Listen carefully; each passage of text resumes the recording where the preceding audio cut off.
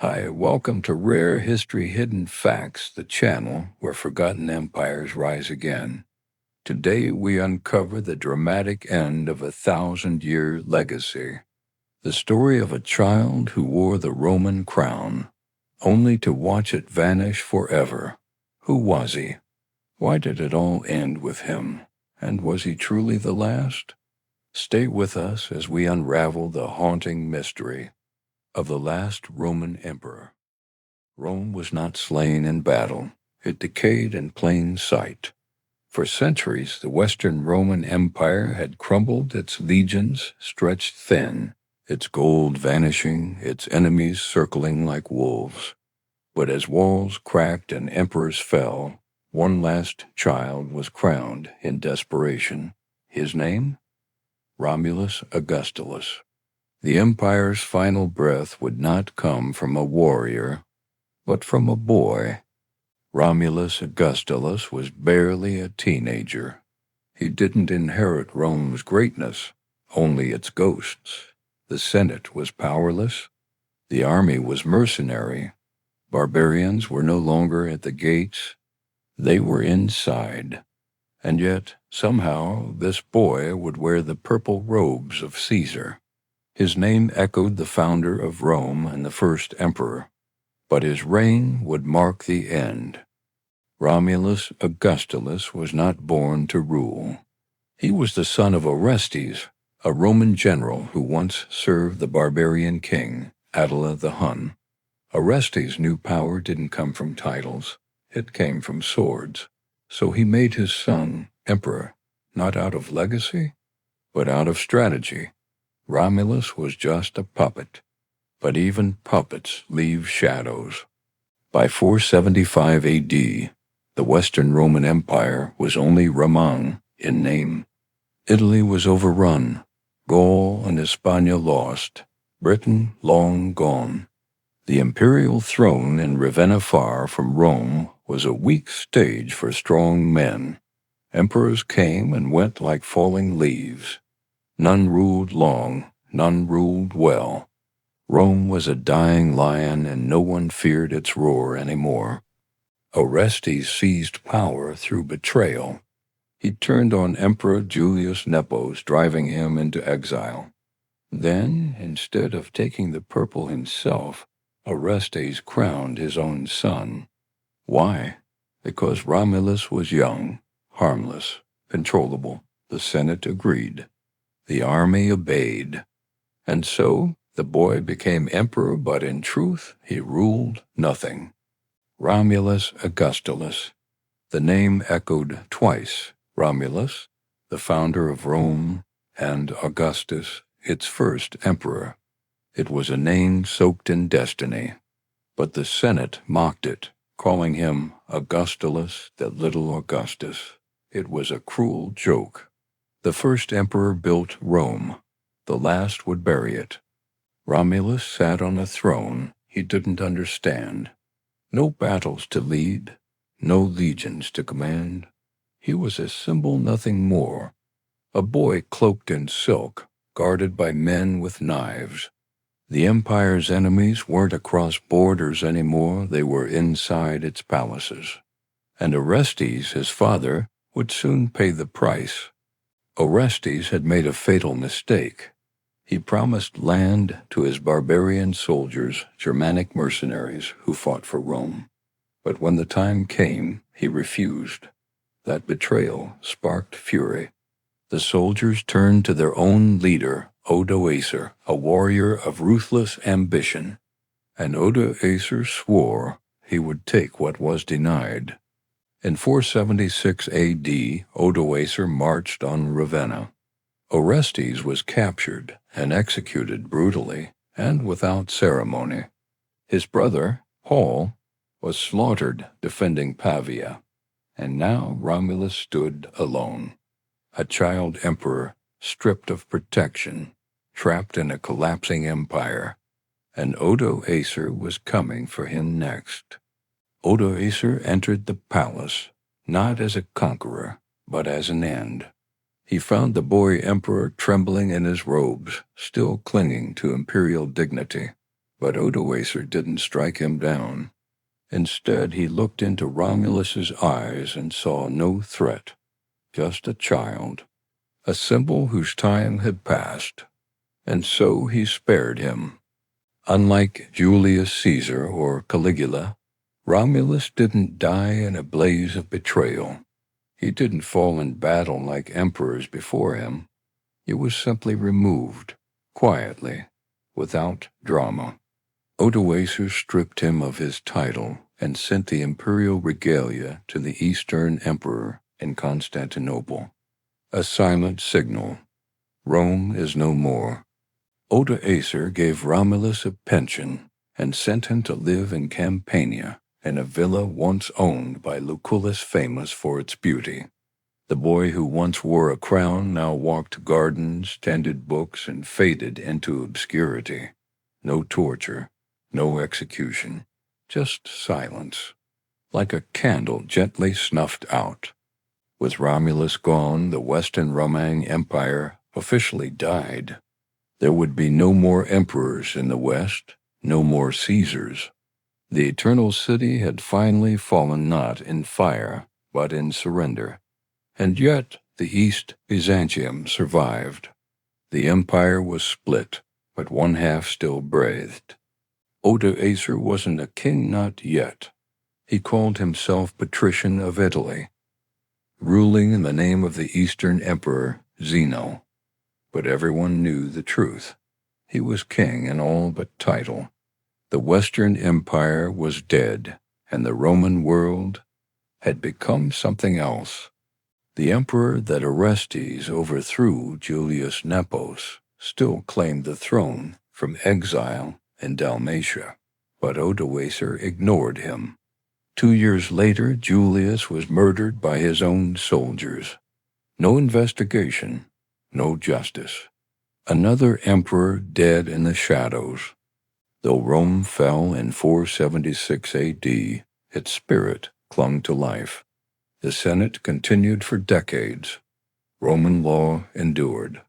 Latin remained the language of power. Even Odoacer, a barbarian, styled himself as Ramon. The shell was empty, but the illusion lasted. No records show Romulus ever tried to regain power. No rebellion, no letters, just ... silence. He vanished into private life. Some say he lived into old age. Others believe he died young. History does not remember his death, only his end. For the first time in over 500 years, the West had no Caesar. No one wore the laurel crown. The imperial standard no longer flew in Rome. The Eternal City was still standing, but its soul was gone. What remained was memory and the long shadow of its former glory. The strange truth? The barbarians who ended Rome didn't want to destroy it. Odoacer ruled wisely. He kept Roman laws, paid Roman taxes, respected Roman customs. But it was no longer Rome.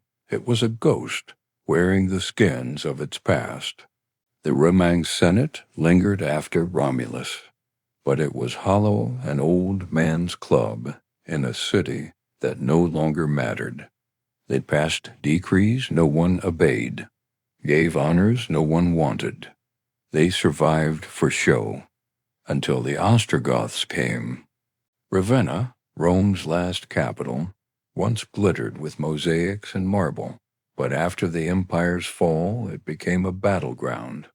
Odoacer ruled from there, then Theodoric the Ostrogoth. The throne was passed from warlord to warlord. No one remembered the boy who once sat there. No statues were built for Romulus Augustulus. No coins bear his face. He left no heirs, no armies, no speeches. Just a name mocked and mourned. He was the last emperor, and yet the world barely noticed when he vanished. Why did the East thrive while the West collapsed? Constantinople had gold, trade, walls, and time. It adapted. The West clung to its old ways corrupt, proud, and hollow. When change came, the East bent. The West broke. The Roman Empire didn't die in a single moment. It rotted over centuries. Romulus's fall was just the last leaf dropping from a dead tree. But in that quiet collapse, the world changed forever. Even after the Western Empire fell, emperors ruled in the East for nearly 1,000 more years. Justinian, Heraclius, Constantine the 11th, they still called themselves Romans. And in their minds, Rome never truly died. In the centuries that followed, everyone wanted to be Rome. The Pope claimed spiritual power. Charlemagne claimed the title of Holy Roman Emperor, but it was never the same. Rome was an idea one the world refused to let go. Romulus Augustulus had a name too perfect to survive. He was born a symbol, his name echoing both the first king and first emperor. But history has a cruel sense of irony. His name outlived his empire. No one knows where Romulus is buried. No grand mausoleum. No marked grave, just silence. Perhaps he lies in an overgrown field, or beneath a crumbled church. The last emperor vanished into dust. What if Rome had endured? Would the Dark Ages have come? Would science have flourished sooner? Would the world look different? Historians still debate, but Romulus's fall marked the start of a darker chapter. After Rome fell, roads crumbled, cities shrank, trade collapsed, literacy declined. The West forgot itself. It would take nearly 1,000 years until the Renaissance for Rome's light to shine again. Imagine Romulus at 12. Raised in courts, tutored in Latin, hearing echoes of Caesar and Cicero. But instead of glory, he saw collapse. Instead of empire, he saw ruins. What dreams could survive that? Romulus never ruled. He never commanded legions. He never passed laws. He was a figurehead, a cloak his father wore. But that cloak crumbled, and the boy inside was left alone as the empire cracked around him. Rome created many great things, but in the end it consumed its own. Emperors murdered, children crowned, generals betrayed. It died as it lived in ambition and blood. Romulus was just the last to feel the weight. It wasn't just barbarians. It was greed, corruption, division, civil wars, religious strife, economic collapse. Rome didn't fall to a sword, it fell to 1,000 paper cuts. In Rome's ashes others rose, the Franks, the Visigoths, the papacy, Islam, the Holy Roman Empire. But none would ever be Rome. That empire lived once, and died with a boy's final bow. Rome's fall teaches us, no power is eternal, not even the greatest. No empire is too big to fail, and sometimes the end comes not with war, but with silence and the quiet surrender of one forgotten soul. Romulus outlived his father, his empire, his enemies. He walked the gardens of Campania while kings killed each other for what he once held. And losing everything, he may have gained something rare. Peace. The roads broke, the cities emptied, the armies fractured. The lights went out in the west. Rome had carried the world, and when it fell, the world stumbled into shadow. Today you can walk through Rome. You'll see arches, columns, broken temples.